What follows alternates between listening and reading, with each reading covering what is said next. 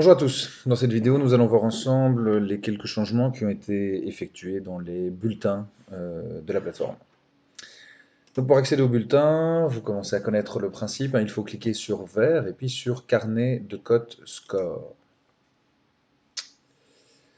Alors vous l'avez peut-être remarqué, mais sont disponibles maintenant des bulletins supplémentaires, des bulletins qui sont nommés bulletins pourcent.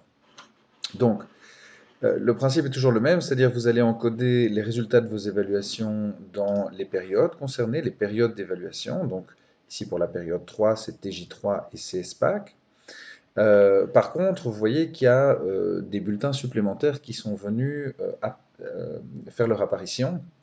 Et donc ce sont pour chacune des périodes en fait les bulletins pourcent. Donc avant il y avait P3 bulletin numéro 3, ici il y a P3%, bulletin numéro 3%.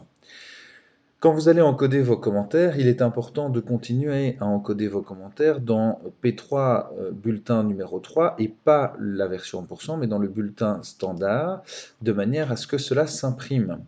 En effet, ne seront imprimés et distribués aux élèves et aux parents que les bulletins en lettres pour cette fin d'année 2020.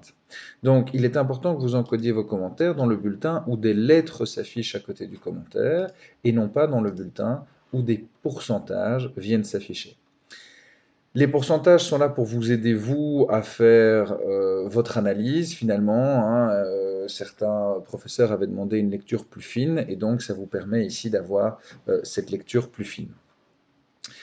Sachez que les élèves n'ont pas accès à ces bulletins en pourcent, donc ni les élèves ni les parents, et donc ils ne verront, eux, que les bulletins en lettres, en tout cas jusqu'à juin 2020.